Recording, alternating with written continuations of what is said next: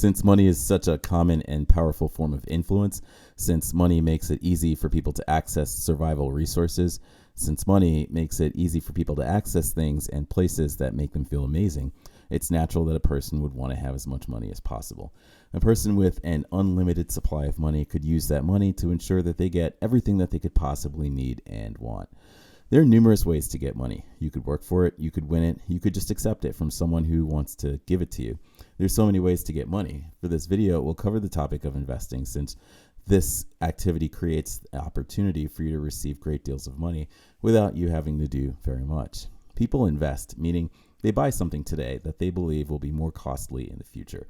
For example, a person might buy a house today for $500,000 because in 10 years they expect to sell that house for $1 million. The same could be said for anything: jewelry, collector's items, businesses, etc. You can invest in anything today simply by purchasing it, holding on to it, and appreciating its real value. An item's real value is its actual usefulness. What does this thing actually do? After you purchase something, the price is no longer relevant. What is now relevant is what this thing actually does and how useful it actually is. The price does not again become relevant to you until you're ready to sell, and you should only sell if you believe that the money you get will enable you to do or experience more things at that time. The very first questions to answer when making the decision to invest are: why am I choosing to invest? What do I want this to enable me to do in the future? Finally, when do I need to actually see a return on my investments?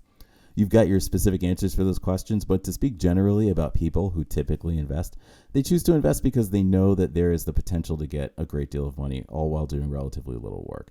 Some of the biggest and best investments generate the most possible money for an investor, whereas it might take a person 10 or 20 years to earn and save $1 million. With the right investment, that same person might receive that same $1 million in a period of 5 years or less. Furthermore, since the investor is just holding on to something that they own, there's very little work that they actually need to do in order to get that $1 million. On the question of why people invest and what investing allows people to do, people generally invest because they want to access survival resources. They want to access things in life that make them feel good, and they want the freedom to focus on doing and acquiring things that make them feel good. By investing, a person stands to receive a great sum of money, all the while they do not need to sacrifice their time doing work that mostly benefits someone else. Knowing this, the next question is: when do I actually need to see a return on my investments? And again, you've got your specific answers, but in my experience, people want to see a return on their investments before they ever even make the investment. People are looking for a big reward right now. By the time a person even thinks about investing, they already know that they want to be wealthy, or they already know that they want financial freedom so that they can focus on the work that they really care about.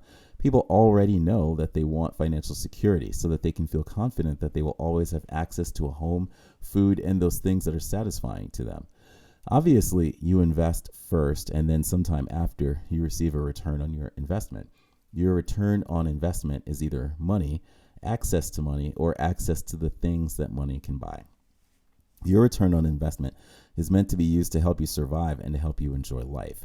At this point, it's time to answer what is probably the most important question. When you answer this question, and as you maintain an awareness of the answer to this question, you'll maintain a mental clarity that will inspire you to make wise investment decisions. The question is: are you surviving right now, and can you enjoy life right now? To be clear, I'm not asking if survival seems hard for you. I'm not asking if you're enjoying life at all times.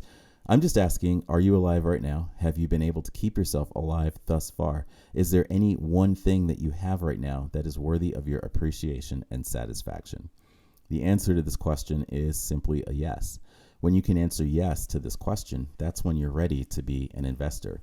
It is true that you may experience some kind of hardship in life. That's true of most people. It's easy to get laser focused and tunnel visioned around hardship. That's a human trait.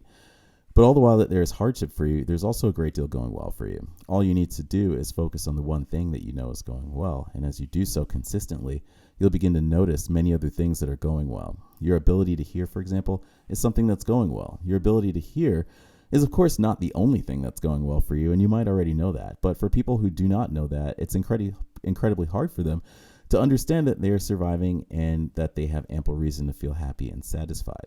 When you focus on things going wrong, your mentality and perspective absolutely shift, and it becomes very difficult to be aware of anything that's going well. But even when it seems like everything's going wrong around you, if you let it be important enough to you to find just one thing that's going well, if you'll give your exclusive attention to that thing going well for a while, you'll start to notice that other things are also going well. Over time, you'll notice most of the things that are going well. The awareness of what is going well is crucially important to investing. Your awareness of what is going well is your awareness of opportunity.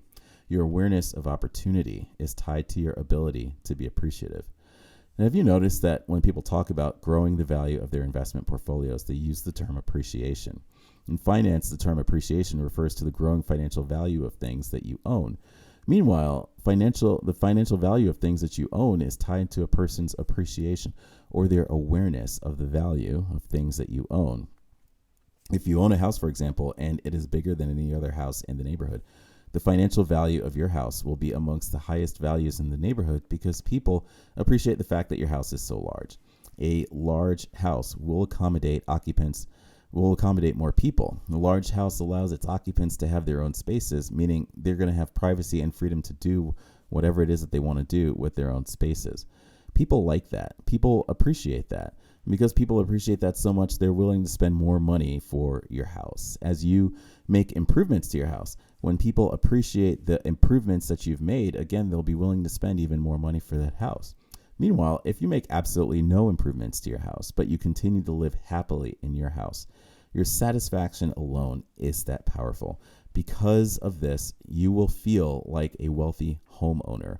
And also, your satisfaction influences people to appreciate your house even further.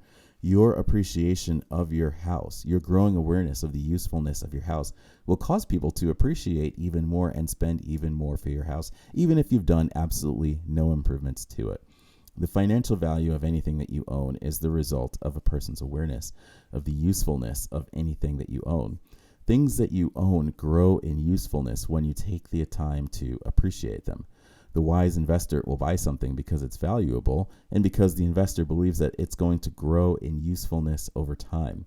The wise investor will ask, what is the real value of this investment? Will that real value expand? What will it take for that real value to expand? What are the milestones that need to take place in order for that real value to expand? And are those milestones being met? Finally, am I willing to be patient during delays and setbacks? Do I accept that progress is challenging and that progress does take time? Am I satisfied right now because I am appreciative of what I already have? Do I know that when my investment finally has a huge return, do I know that I will only be satisfied then if I know how to be satisfied right now?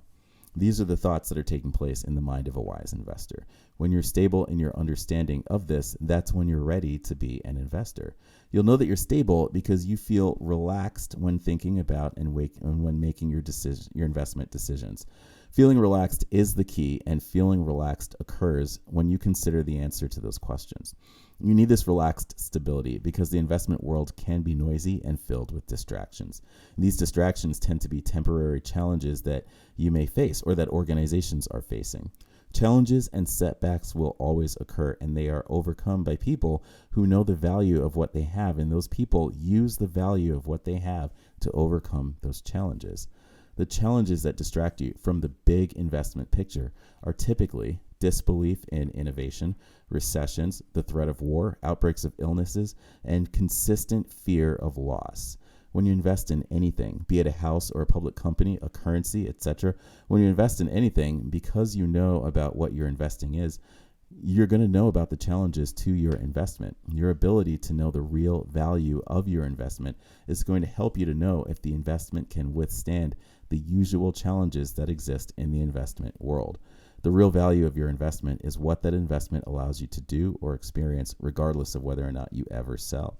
As an example of the real value of an investment, the real value of your house is the shelter and privacy that it gives you. The real value of a publicly traded company is the product that it makes, the dividends that it may pay you, and the share buybacks that may occur. You have to be an appreciative person to know the real value of your investment. You have to know and value the strengths that exist in whatever you invest in. Make an investment because you know that your investment is beneficial for you right now. What is the benefit of your ownership right now? Enjoy that benefit and only sell when you believe that the money that you get will be worth more to you in the present than the thing that you're selling.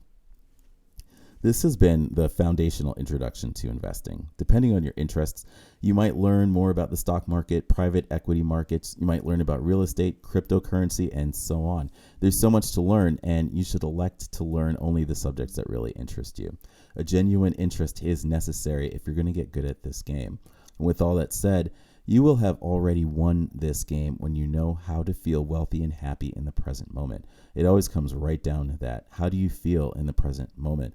People are using millionaire and billionaire statuses as reasons to feel amazing, but it's not the money, and I promise you that. It is your ability to see the value in to enjoy the value of all those things that are right in front of you. The wise investor is wise because of their ability to be appreciative in the present moment. Sending good vibes.